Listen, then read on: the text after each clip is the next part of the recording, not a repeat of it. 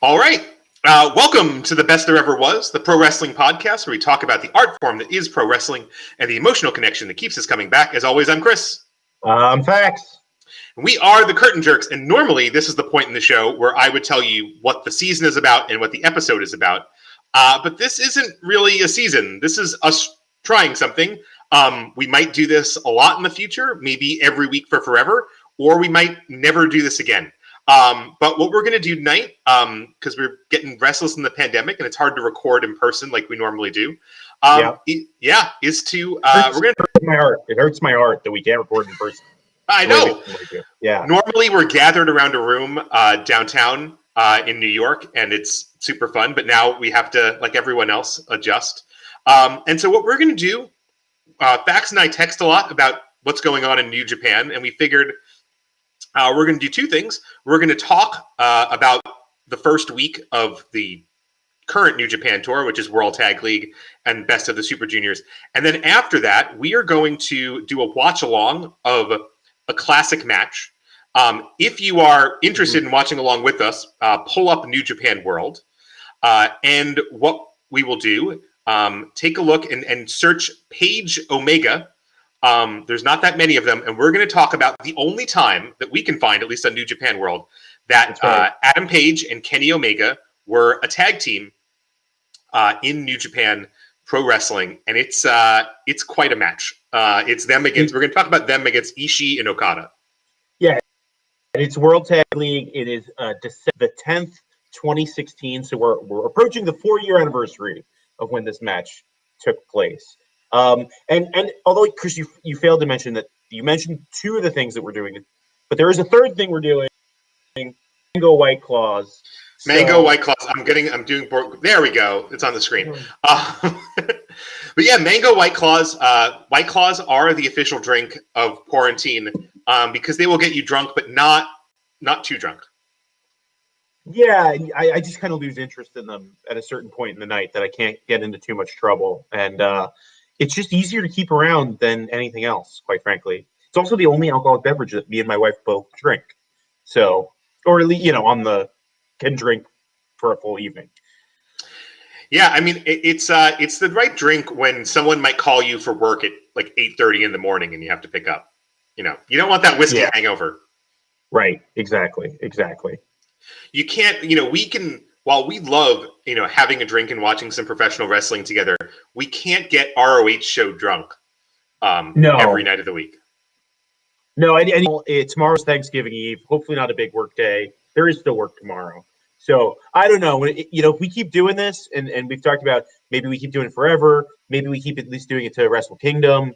Some of these weeks where it's a holiday week, not a lot of work going on, we might get Ring of Honor drunk during one of these. So again, wherever you're watching this, leave a comment.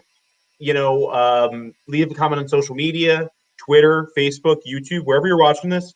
Let us know if you want us to get Ring of Honor ripped and watch Final Battle. We'll do it. Yeah, it's not hard. We have the time. There's a pandemic. All right, well, so let's get into it. We've been texting a lot. We're, pretty hardcore New Japan fans, right? And so, because this is, generally speaking, one of the sort of quiet times for New Japan. But this time, normally this would be World Tag League time, but this time, because, of the pandemic, the canceled Best of Super Juniors in May, they decided they're just going to do both. And they're switching off one night World Tag League, one night Best of Super Juniors. Fax, how are you feeling about Best of Super Juniors, knowing that to me, I know is one of your favorite tours?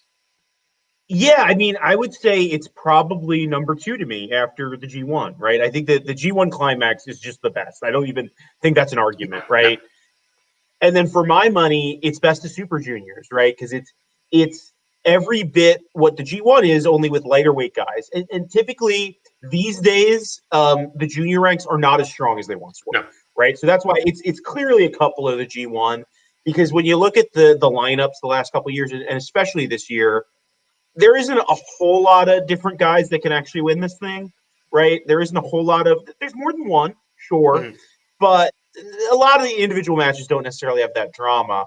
But I love it. I love it because it's these competitive matches. You get guys that they have a good tag division. You get to see guys in singles. And, one of the big things for this year in particular was my boy Show fully genetting the fuck out of Yo. It continues in the Super Junior tournament.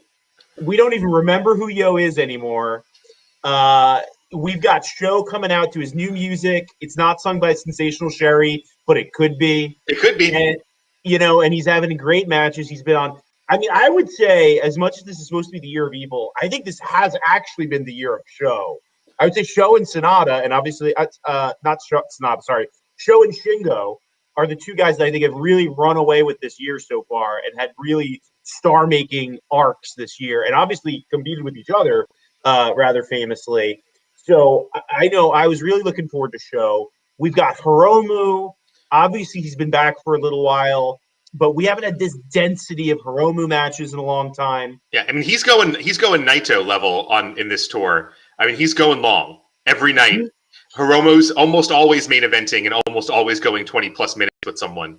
Although he's jerking the curtain tomorrow against the young lion Yumura. Yeah, but it's interesting because I think it's been hard because I think there's not a lot of people I'm super excited to see Hiromu work, or we haven't gotten to them yet. Like the guy I'm most excited to see him have a match with is Show, right? That they haven't at least a major singles match against each other. And Show is the guy that I'm sort of most excited to see in these big matches because he hasn't had them very much. I thought his match against Robbie Eagles was great. It's been also another one to call out. Been really good to see Robbie Eagles back. He's kind of the only guy they imported for the Best of Super Juniors. Yeah, and I think Show and Robbie Eagles have a lot in common. That Show's obviously been in a tag team for a really long time, so he's touched hands with a lot of these guys, but not in a singles match that's going to go 10 plus minutes, 20 plus minutes in the main events. It's going to have a clean finish for the most part. It's going to be really good. So Show has been around these guys, but he hasn't had these singles matches. And then Robbie Eagles really hasn't had his big breakout performance. A little bit breakout was the Birds of Prey with Will Ospreay in the junior tag league. That was really entertaining. That's how a lot of people got to know them. But again, we haven't seen him in singles matches. We haven't seen him at all year. Obviously, He's been at home. But he's the other one that I kind of, when I look down the card, I'm like, I don't think Robbie Eagles is going to win it, but I'm really intrigued to see, can he kind of take that Will Ospreay spot? And I don't know if that's a great analog. Like their in-ring style isn't quite there, but like a lot of that energy is there that he feels like Ospreay went heavyweight. Ospreay's turned heel. Ospreay's joined a new stable. They're kind of seem like they're positioning Robbie Eagles as what they want to be their new kind of Gaijin junior worker babyface superstar. And I'm interested in. And then there's one other guy we got to mention that you and I have been talking about a lot, and we've never talked about a lot. Well, and here's my pitch here is that if you're the kind of person who wants to seem really cool by making some like deep cut recommendations to your friends. Oh yeah. I think our recommendation is just send a text and say, you guys don't sleep on Doki. Just don't sleep on Doki, and then they'll push back. They'll be like, yeah. And you go like, seriously, literally watch every Doki match. They've all been really good. They've all been at least really solid. His match with Hiromu might be the match of the tournament so far. I think it's been my favorite. So, well, I mean, look, Ishimori and Hiromu was great, but those guys have had great matches together before. And you expect that to be great. Hiromu and Doki, I would say, is it going to last the test of time as the best match of this tournament? I don't know, but I enjoyed it personally the most, and the surprise is part of it. And again, it was at the time the first Hiromu match that wasn't the main event. It's in the middle of the card. I think it's the first match after the sanitation break. Mm-hmm. And they just freaking blow the thing up and go crazy. And Hiromu, you're thinking, he's been wrestling 20, 25 minutes every night or every other night because they're alternating with Tag League. And you think, okay, he's third on the card. It's against Doki. He's going to kind of squash him. Maybe it'll go 7-8 minutes. He'll let Doki get some offense. But no, Hiromu's like, fuck that. I'm going 20 plus with Doki. And we're going to do some crazy ass shit. They killed it. Yeah. I mean, it really started the first night. Because, generally speaking, in tournaments like this, my recommendation is like pick a couple of guys and follow them because it's hard to sort of watch the whole thing every night. But that first night, I like to watch, everything and just see it. Maybe there's something that surprises me. And so that first night, I was like, oh, Robbie Eagles and Doki had a pretty good match. I text you, I'm like, I know this sounds weird, but this one was better than I expected it to be. And I'm thinking, oh, it's just because Robbie Eagles is great. But then I watched the next Doki match too, and I was like, that one was kind of good again too. I think I'm into Doki. I think, and I've just been watching his matches since, and they've all been really good. Everyone was a good show, to be fair. But how do you keep that bandana up, by the way? My wife asked, she goes, is that a COVID thing? I go, no, that's just his look. And I've been wondering now, because I've never seen this many Doki matches in this concentrated time where it's impressive, because it's not a full mask. Masks are easy to keep on.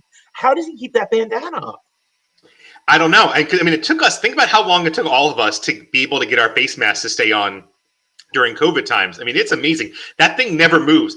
And by the way, it makes him way safer than any other wrestler. Maybe that's a secret. Maybe he can toss through the wind because he's the only guy who has no fear of getting COVID.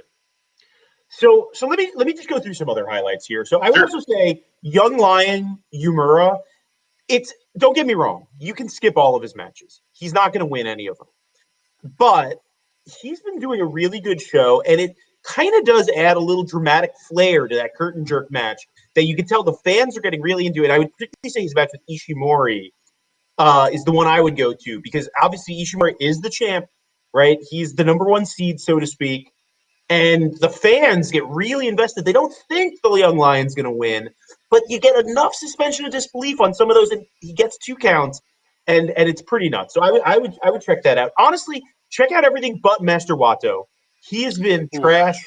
He's getting a big push in this. I don't know why. He got a main event match against Desperado, was garbage. He has not been good, but everything else has been at least solid.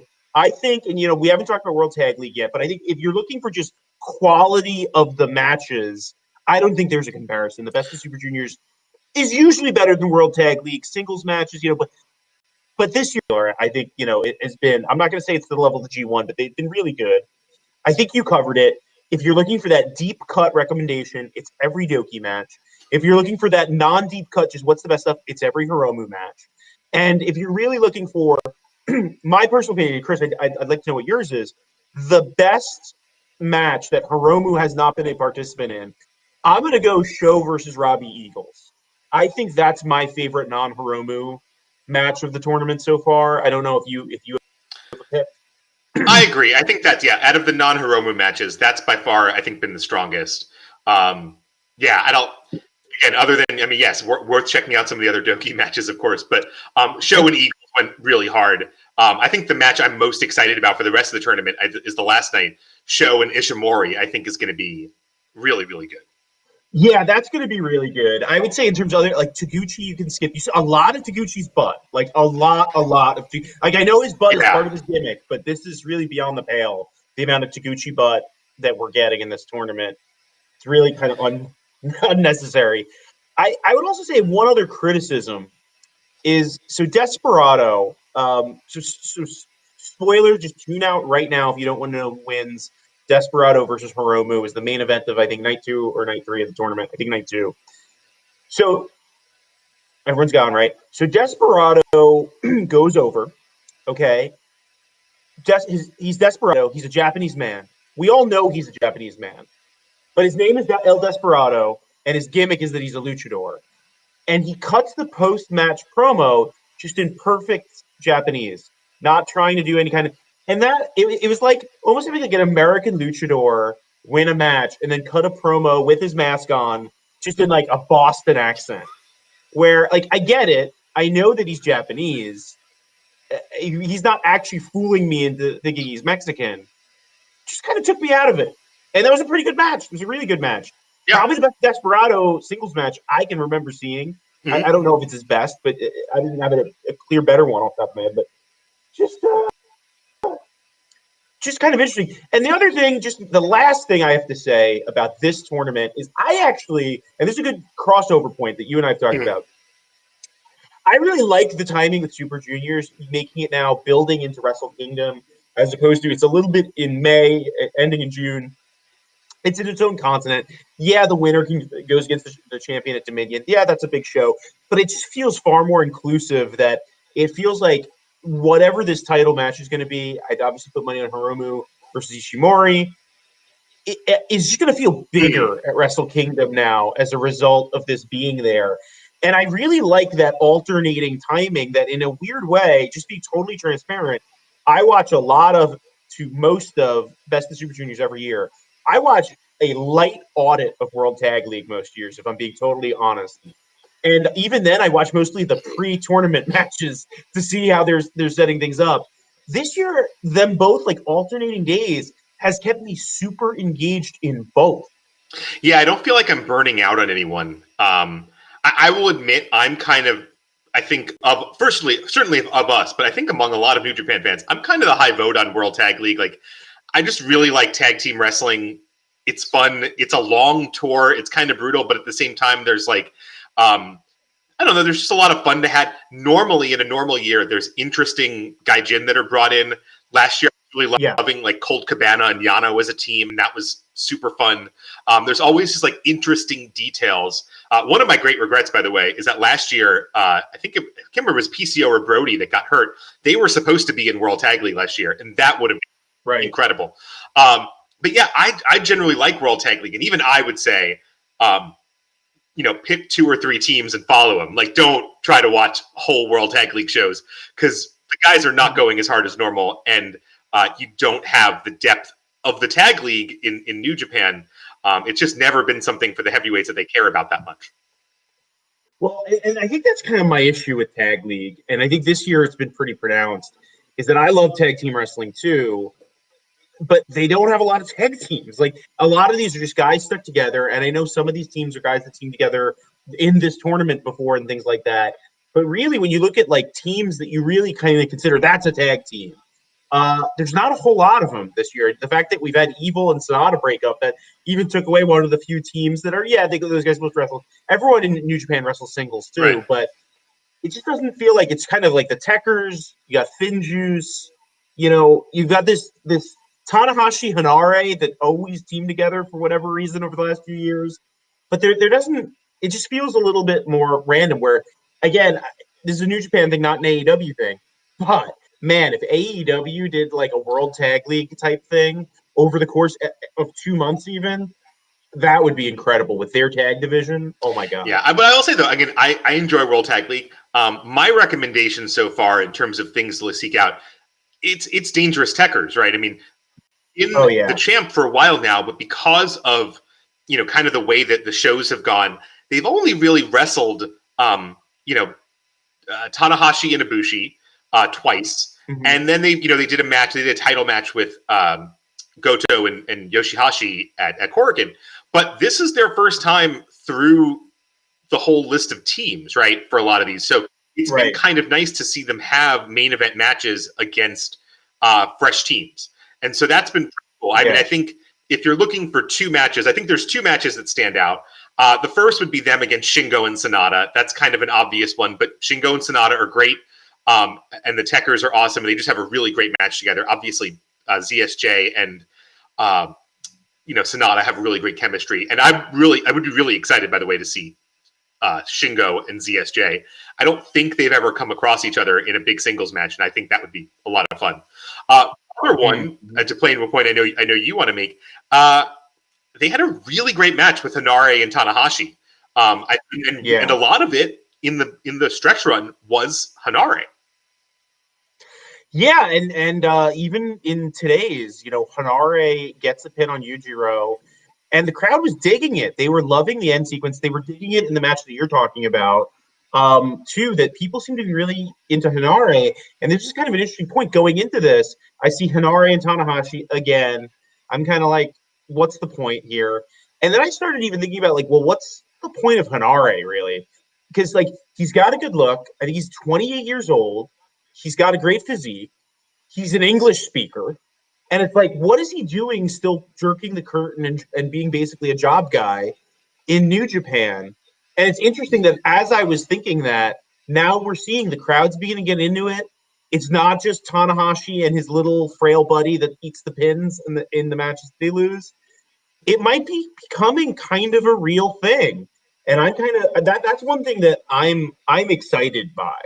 I think you nailed it, though. I think Shingo and Sonata are the tag team that we haven't really seen before that has been the best. I think this is the Techers tournament, and I would even say the Dangerous Techers,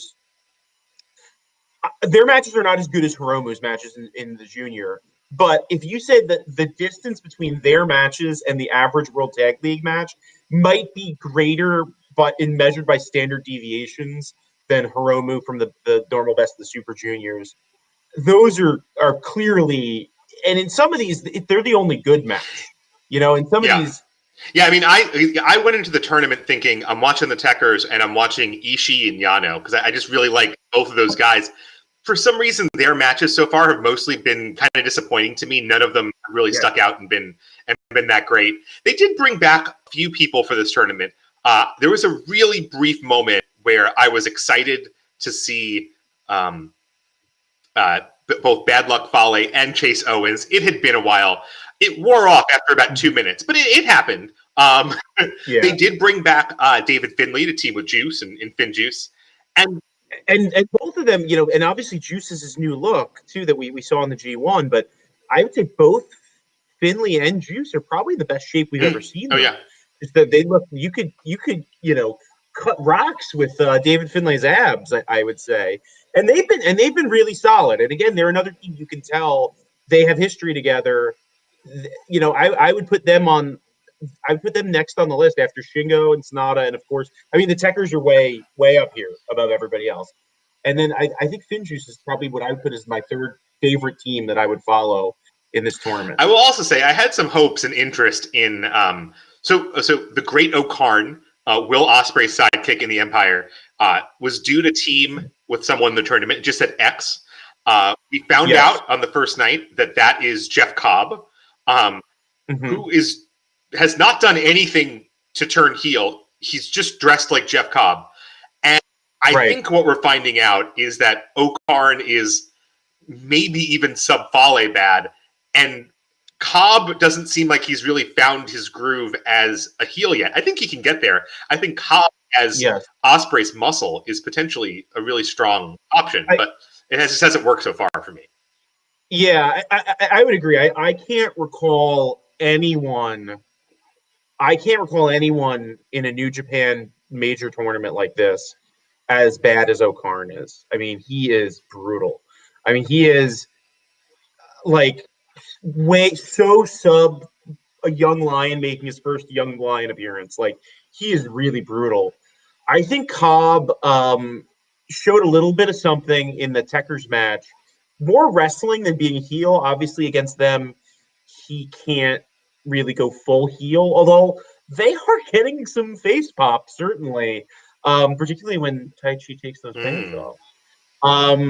Although he didn't in the first match of the tournament. It's very disappointing when that happens, very disappointing. You got to represent, Taichi has to represent all the dads who love karaoke, became heavyweights only in the gut, and, just like pulling those pants off to make things exciting. And I really thought in that match that was setting up a victory ripoff, right? And then we didn't get that, and I just felt I needed 2 hours of my life back. That or that was it was only, that was even night one, right? When the match was only about 10 minutes long. You needed more. you lost 10 minutes, but you needed 2 hours. The whole card. I want the whole. Although I think that was night one, so I think that was actually that was like a 3 hour show. Over 3 hours. And it kind of, by the way, it went smooth, and then it kind of does run a little long when the matches aren't great. I will give that to World Tag League, that it breezes right by, right? Because there's so many of these matches that even when they're not that good, they're like 8 minutes, and it's kind of no harm, no foul, except for if O-Khan gets too much ring time. Yeah, because I was curious, and I watched them against Finlay and Juice, because I was like, that should be interesting, and that seems like a good test of O-Khan. And that match was way too long. So yeah, I think that's been one of the disappointing things. But other than that, again, I think it's been a solid tournament. And again, the key is you just kind of flip back and forth, pick a match or two a night. It's interesting also, historically, these tournaments, not only have they not had English commentary a lot, but frequently they've only had like the one camera shoot. So all these shows are live in Japanese, fully well shot. They're getting the English up inconsistently, sort of a day or two or three. Yeah. But if you don't have the English, I think you can just sort of pop it on, and at least you have a well shot show. It goes to show you how much they're pumping out in terms of content, because they never go live this frequently, and they're going live constantly since the end of the pandemic. Yeah, and you and I, we're keeping up to date. We want to share with everybody our up to date thoughts. So for you guys, we're making a real effort to stay up to date. And so we've been watching a lot of this in Japanese. It's interesting, the experience, because I think that we've gotten kind of spoiled of having English commentary for like all this New Japan stuff. That this is the first time I've really been watching a lot of stuff with Japanese commentary. And obviously I don't understand it, but you can understand the enthusiasm and the excitement of the announcers, and you pick up on the crowd more, which is why I'm excited by Doki and Hanare. These are the two guys that won in each tournament that the fans seem to be connecting with, and you're noticing it. And like Doki's a heel, right? He's a heel, and the fans in that Hiromu match, they're basically doing the Japanese pandemic equivalent of like both these guys chants. Only silently, but not. Well, we'll keep going and updating you on these shows, hopefully on a roughly weekly basis. This time, Tuesdays at 9. But we want to try something. So, as you mentioned, up until 2018 or so, the number of shows that were streamed live in English or even have English commentary on New Japan World was significantly lower than they are now. And as a result, there's lots of really interesting deep cut matches that don't have English commentary. And I know I personally enjoy English commentary. And if I don't have English commentary, I do like talking to someone during the show. And so a segment that we want to try out here is us doing a little bit of a watch along, one match at a time, picking out what looks, at least, to be a really, really great match in the New Japan World Archive that does not have English commentary. And we'll be your Kevin Kelly and Rocky Romero, or we'll just be your two drinking friends at the show who are cracking jokes and talking. Right. We'll see how that goes. So if you have it, New Japan World, pop in the search engine. And Vax has put the link into the chat. On the Facebook. Oh, no, that's on Facebook. I don't know if there's a way to make that go to YouTube as well. I think I got it. I think I got this. So if you have New Japan World, pull up the link, and we will, in just a second, as we pull up for ourselves the match, hit play, and we will talk about this. So what we're going to talk about tonight, just to set the stage for a minute or so, is obviously, I think one of our favorite things this year has been Kenny Omega and Adam Page as a team in AEW.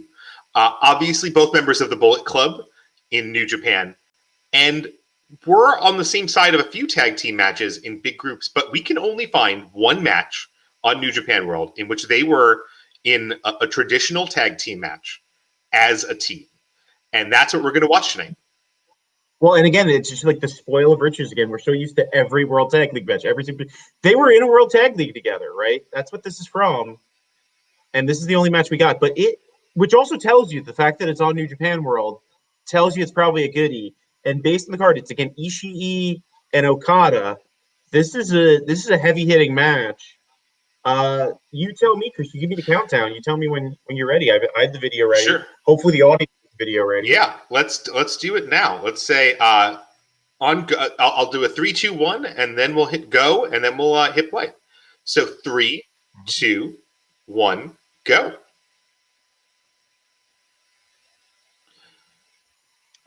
All right, and we're just gonna go with it. It's just an empty ring, but we're all watching this live. We're not gonna skip ahead. Yeah, so we're in Miyagi. This is sort of I think the final night of World Tag League in 2016, and this is right before Kenny had his first Wrestle Kingdom match with Okada. Kenny is the G1 winner, and he is working. We're previewing Wrestle Kingdom. And it's with Kenny teaming up with the Hangman against, again, Ishii and Okada. I think Ishii and Okada is one of those really underrated teams that I've always kind of wanted to see them go on a little bit more of a run, because anytime they're together, they have some really great matches. And I think that's why I'm bummed by this year's tag league, is that I was kind of hoping before it came out that Okada would be in it. That they haven't been doing a whole lot with him since the G1. They haven't really done a whole lot with him this year generally. And I was really hoping, again, him and Ishii, my interest in the World Tag League would go way up. Not to this level of 2016. Again, this is less than a month before Wrestle Kingdom. We've got the two guys in the main event, obviously. Ishii, no slouch. And Hangman, he was just that other guy in the Bullet Club, right? At this point. I mean, maybe those of us in the United States, he was a little bit more than that. But to the Japanese fans, he's just kind of is the young boy of the Bullet Club to some degree. Almost. Right. I mean, at this point, I think he's even a couple months away from like feuding with Frankie Kazarian in ROH, right? But put it this way, we were at Final Battle that year, not long after this, and I can't tell you I don't recall if Page had a match on the show, and if he did have one, it was not a main event match. Yeah, I think that's definitely the era that I'm sure he was on the card, but my guess would be some multi-man match, like a 6-man tag or something like that. I feel like that's how I remember Adam Page for a really long time, was just the guy on the Bullet Club side of 6-man tags, 8-man tags. And obviously, for me personally, the Hung Bucks run is really what kind of made him a in the faxi pad here, a household name. Well, the Hung Bucks run and the Being the Elite run that came part of that, right? I mean, that's really what took him from just a guy in the background to being, the beginning of the star that we have now, because that leads into his 2018 run. We were watching significantly more New Japan, starting to get into it more. Part of the fun thing was that Hangman was having his first big matches, being in the 2018 G1, having some big matches on the ROH shows against Naito and Ibushi. And but this is, a good ways before that. I gotta say also, I do love the Okada pose. It's one of the few things, wrestling things, that my daughter, who is 2.5, will do when she sees it on the screen. She's a big she's into Okada. I think because he's sparkly. Yeah, well, that makes sense. That makes sense. And I also, when I see Ishii in the ring, and while Okada's doing his thing, I can't help but think about when I was at night one of the G1 in 2019 in Dallas, and Ishii had already wrestled his match, and he came to sit in the seats to watch the main event, which was this guy Okada against Tanahashi. It was a great match, and I just remember being like, Ishii's about 40, I think early 40s or maybe late 30s. I think he's early 40s, and he's still just such a student of the game and loves Okada so much, and Tanahashi presumably, that he's sitting there watching it. And whenever I see these two guys together, I always think that they're probably so much respect. Yeah, I do love the Kenny of this era. One of the things I love about heel Kenny is that you can always tell, when he's healing it up, because he's not taking the shirt off. He's saying, I'm taking it easy tonight. He's got the house show pants on. He has a very specific way of conveying something like that, and I think that's what helped make him such a big heel in Japan. Yeah, and he also had one of the great secret weapons for face and heel with the is he speaking English, is he speaking Japanese, where he's speaking the English, he's playing up America even though he's Canadian sometimes. Playing up the Bullet Club, and then obviously when he kind of transitions this character into the face, he starts speaking Japanese and kind of talking about what a big fan and a big nerd he is.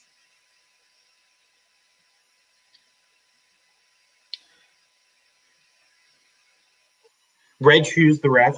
Always good to see all Red Shoes get a paycheck in a big show like this. Always a good sign for the Bullet Club team in these matches, though, when Red Shoes is reffing, because he lets a lot of shenanigans go. He does. Yeah. He does. Interesting. I like seeing Okada and Kenny kind of get it going at the start here. Because I think I was not watching as regularly at this time because in a lot of ways it was that Okada and Kenny match that made everyone go like, oh shoot, this is the best wrestling in the world and I've got to watch all of it. Yeah, and I think that was kind of like a perfect timing thing too, right? That it's like you had Kenny Okada set the world on fire. You had New Japan coming on Access around that time. maybe a little bit before, or was it a little bit after? I don't remember the exact timing. Yeah, it was maybe a year before even, but it had really kind of built up to something. And then again, I'm not exactly aware of when I personally became aware of the fact that New Japan World was a thing I could subscribe to. But it was probably around that time, maybe a little bit later. It was certainly before the following Wrestle Kingdom. And, and that's the thing is like the fact that NJPW World, if it was around in 2016, it clearly didn't even have the entire World Tag League, right? So it kind of limited what you can get. So it's really, I mean, it shows you that really this era, and obviously this match, not this match, but the Kenny Okada one, really kind of built the house on things and where they really built. Well, and even the clarity on what's available, because I went back and recently I've been trying to watch some of those early Big Kenny matches, and it's sometimes even hard to tell what's available in English. Sometimes there's maybe one match from a show that's in English, and it's just a mess. So they were doing it in 2016, but they just had not found a way to really sort of break through and have the idea of, oh yeah, we're going to watch a bunch of shows and people are going to get up in the morning and watch live English commentary pro wrestling in the middle of the night.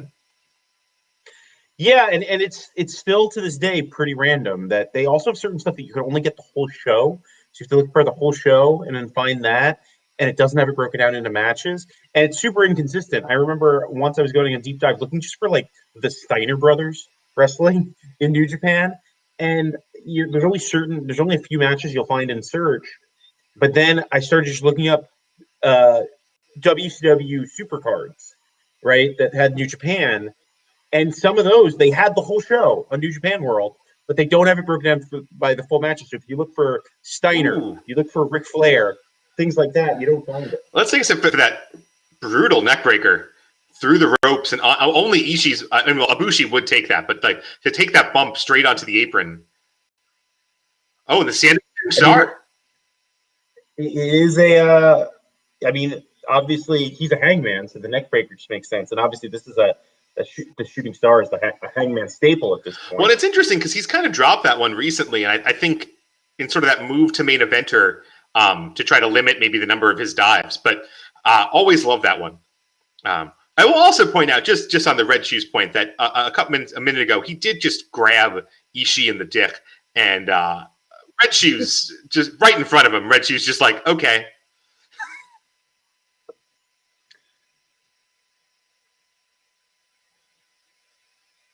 Yep, heel Kenny taking his time to get in. And again, still wearing the shirt. I love it. Wearing the shirt and just sort of like there's a way that he projects the fact that he's enjoying himself. You know what I mean? He spits at Okada and he has a facial expression that's like, the fact that I have spit on you just really brings me joy. And I think it's one of the things, I think he's brought it back. We're seeing when you say the cleaners come back in AEW. I think that's a lot of it is him bringing back that aspect of his heel character. Yeah, I mean, by the way, totally unrelated note. I just got a little bit confused myself when I just realized that Guido is not in the Bullet Club. And then I realized how far things have come that was even caused me confusion. I'm like, yeah, he's right near Paige. That makes sense. And then I'm like, oh, wait a minute. He has a Chaos shirt on. Yeah, it is kind of hard to remember. I mean, it's been over 2 years now. Yeah, you watch those early Okada matches and you're like, oh yeah, those guys were like the whole point of the turn was he'd been Okada's guy for 6 years. He so thoroughly ingratiated himself in the Bullet Club, and it just makes so much sense that it's a little hard to remember quasi babyface Guido. Well, and that's why the turn was effective in that match that we were fortunate enough to be at Madison Square Garden, where Okada finally gets his revenge on Jay White, and kind of Guido, because Jay White's kind of Guido's proxy in that feud. What's so satisfying is that last, I don't know, 2 years is basically Okada is babyface Ric Flair, essentially at this point. He can do no wrong. Everyone loves him. And Guido is still being creepy, heely Guido. And it just kind of made sense when he just turned evil. You're like, yeah, I kind of immediately want to see Okada kick Ito's ass. Yeah, I mean, he's always been, going back to his wrestling career, Gedo's always been just a great sleazy heel. And he just works in the Bullet Club. And yeah, we're definitely at the point right now, as we're watching this match, of Okada, sort of moving up in the world into becoming that sort of Ric Flair-esque sort of figure. Right. Absolutely. Whereas at this point, it didn't work out that way. Kenny Omega's trajectory here is to become arguably the best in-ring worker in the world, the best wrestler in the world, the most popular indie star in history, if you consider New Japan indie. But here, the look is that he's trying to look like someone auditioning to be Marty Jannetty's tag team partner in 1994. With the pants. He would have been better than Al Snow in the New Rockers, that's for sure. And it's interesting. It's also interesting seeing them get the heat on Ishii, because Ishii has such an interesting way of selling that it's surprising, but it really does work with him in that slot. Whoop, there's a claw. I mean, Ishii is one of those guys, I think he's underrated for just how good he is at everything in the ring. Again, I can't speak to his promos. I don't speak the man's language, but they don't seem particularly deep. But in the ring, he really kind of does it all.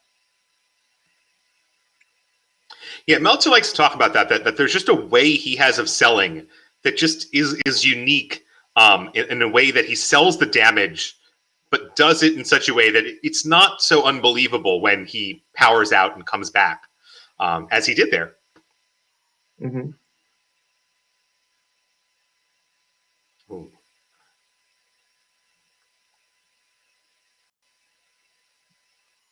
And it's always interesting to me because I've gone back and watched some of them, some of the ones with the Bucks too, to see Kenny and Okada before that big match, trying to get back in the headspace before you're like, oh, this might be great, before you know that this is maybe the greatest pairing of two wrestlers in wrestling history, are at the very least in the top, 3 to 5 at worst.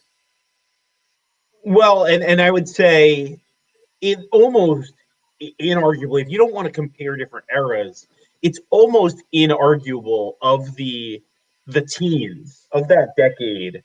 It's almost inarguable, right? That it's those two. I mean, I don't even know who would be AJ and Cena. Like, I don't even know. Like Daniel Bryan, Okada and Tanahashi. So I think some would argue for it, but I wouldn't. Yeah, I would definitely go with Kenny and Okada. I also really love the Ishii sequence there with that great German suplex on Hangman. Hangman, it's interesting to see at this point because he's not obviously at the level of the other guys, but he's hanging in there. Obviously, a little more limited role in a tag match, but it's maybe the beginning of the inkling that you can see that he's a guy that might have something. Well, and I don't have his cage match entry open right now, but I mean, this is presumably, if not the main event, it's kind of the main event, right? Like, if it's the last night of World Tag League, if this one didn't decide Tag League, it's maybe second to last. But it's up there, and it's a pretty big show. Like, this might be one of the bigger spots Page has ever been in to this point. And great timing on the buckshot there.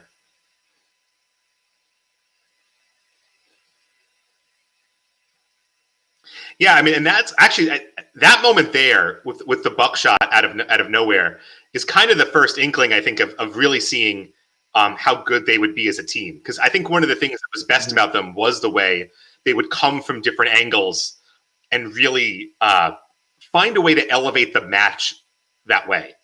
In sort of the finishing sequence, they would find ways to do things in a surprising way that would make you go, ooh, and kind of pay attention. For sure.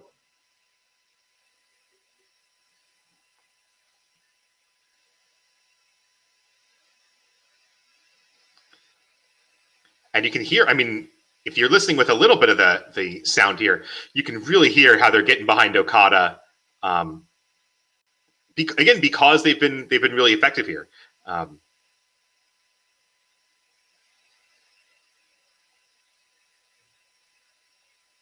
It's also smart for Kenny because he's blocking those Ishii chops. Ooh, a V trigger. Blocking those Ishii chops with the t-shirt. And the Okada drop kick. All-time classic.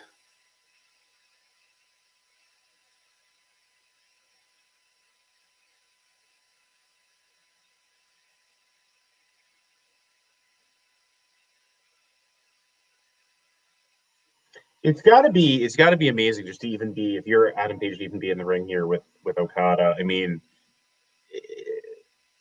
right before Wrestle Kingdom, big stage. I mean, I love and Okada hitting the Rainmaker. The camera, like the way the ring shook as as Hangman took that bump was pretty amazing. Good. I would say. I mean, look, if those guys, if they rematched each other today,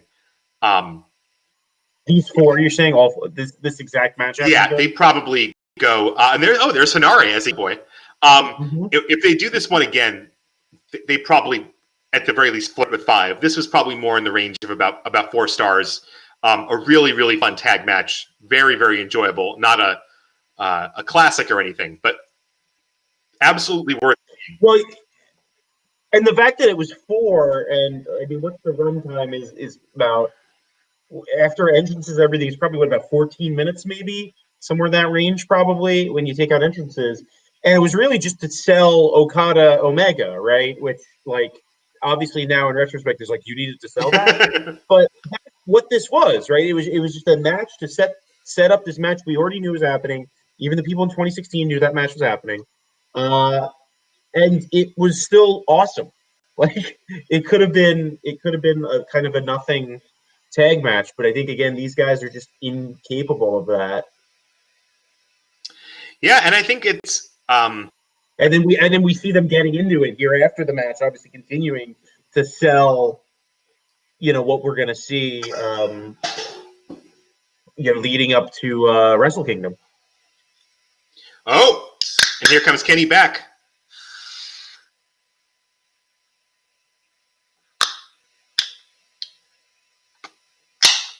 The claws are cracked. Kenny's back. With the one-winged angel. And there goes the shirt. Well, once you hit your finisher, now you got to show off the abs. That's important. Well, because it's not for the fans anymore, right? He's not going to let the fans do this. Now this is for Kenny. And maybe Ibushi, wherever he is watching. I don't know where. I can't recall what Ibushi was doing in 2016, but I don't think he was in New Japan. I think this is in his. I don't think so either. In his sojourn, in his travels. Yeah, because he didn't come back that long before they went to Golden Lovers, right? No, I think that was somewhere in 2017 that happened. I can't remember exactly where. Oh, and there's Young Lion Watto as well, when his hair was a normal color. And he was more over. Awesome. Gedo took the V trigger there spectacularly as well. Not going to end well. Props to him. As much as he's one of those guys, and it's perfect actually, because Gedo is someone I've always, even back in the 90s, I kind of loved to hate him, and now Jay White is someone that I love to hate. It's really full circle when you think about it. One-winged angel. I mean, and he is kind of the Vince of New Japan, right? He is the booker. He is the kind of character you're supposed to hate, and he's good at taking people's finishers. You don't want to see him in the ring in a full-length match, but he can take a good finisher. He can take a good stunner, and in here he takes a good V-trigger and then one-winged angel. Well, I do think it's worth noting that it does seem like you can see some of his athleticism has waned even over the last 4 years, where he looks like he gets up for that one-winged angel in a way that I would not expect him to get up for now. Yeah, I would agree with that. He definitely has a little bit more kick in his step. But I mean, he's probably like mid-40s there and late 40s now. It's a testament. Drapes. And I have the audio off, so I can't say what's going on here, but I'm sure it's riveting. The people are upset. They love Okada. They hate this Kenny Omega fellow. They'll never love him. Mhm. That'll never happen. No.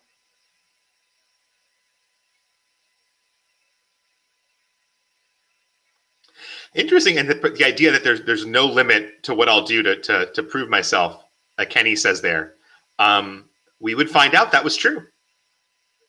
Very true. Very true. And continues to be true, right? As a potential future AEW champion, and absolutely former IWGP heavyweight champion and junior champion.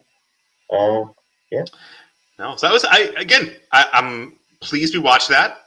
Glad we had neither of us had watched that before, so that was our first time through. That was our chance to gather and watch some wrestling together. Hope you enjoyed watching some wrestling with us. And maybe next time we'll do a Kenny Super Junior match. He famously is in less than you'd think, because I think he was the IWGP Junior Champion twice during it, and the Super Junior these days you expect the champion to be in it, the same as the G1. There was a precedent, particularly when there was a Bullet Club heel champ, whether it was Finn and then later Kenny, that if they had the title, they wouldn't even join the tournament. It was beneath them.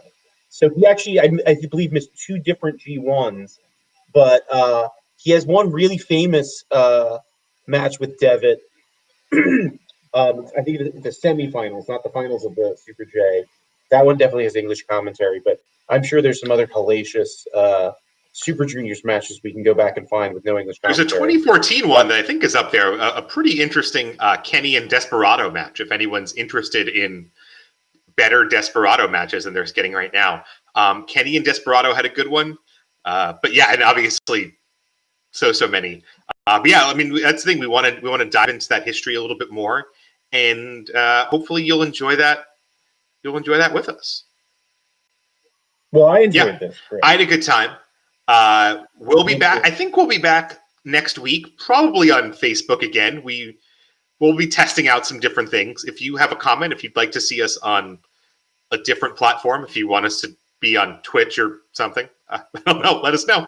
If you want us to drink more, give match requests. If you want us to join OnlyFans, we will accommodate.